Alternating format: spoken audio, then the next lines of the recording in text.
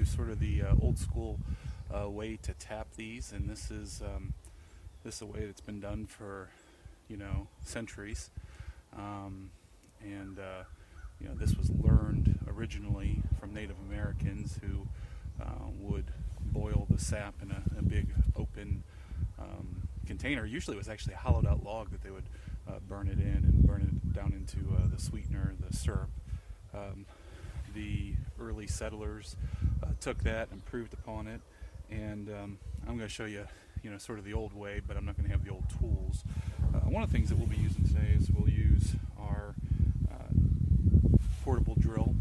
Has a battery on it. It's got the 7/16 bit on it. So this is one that you actually typically have to special purchase. You can use a hole saw or a hole drill for this. That's what I've used for years. I just bought this a couple years ago, and I use it and set it aside. You gotta make sure you put away your equipment same place where you know where it's at every year. And then when I begin to drill, I actually drill up at a slight angle from where I'm going to tap. So remember, there is a branch above that I'm looking at. So I'm going to pick a spot here, and I'm going to put my first tap in.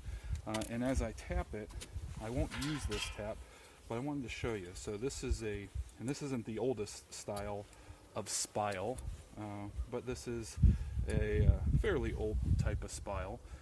You can still buy them brand new. This one's new. So you would tap this, you would pound it in, and you're going to pound it in with your hammer, and you're going to tap right into here. Thus the name tapping a tree. So as we would tap it, we would get it mounted, and then we have a hook here. Now there is a type of spile specifically made for these old galvanized buckets that the hole just goes through here and hitches on the end. This one, you can still use this, so you tap into the tree, and it actually wouldn't go that way, but that's what it would look like on the old spile because they're a little bit thinner. So you tap this in the tree, and this would go in like this. They come with hooks, and then you can put these hooks in, hook it on the bucket like this, and then as it drips in, it fills that. Then there's a metal piece that covers this, but it's open in the front. So one of the things that you find this time of year, it's not so bad, but as the season progresses, you'll start getting moths and bees and different bugs into your sap. So you're going to get, that's going to happen to some extent anyways, but you want to try to minimize that. So nowadays they have bags, and you can get the bags and try to keep stuff out. And, there's an investment associated with that.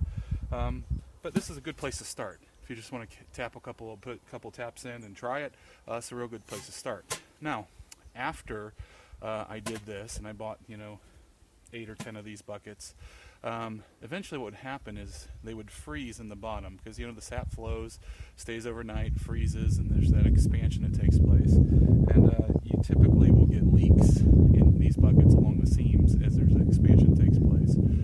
So the next year after I did this, I still used some of these buckets, but I used milk jugs. So I took the milk jugs and I cut them, and I used this kind of spile and fit the milk jug over there.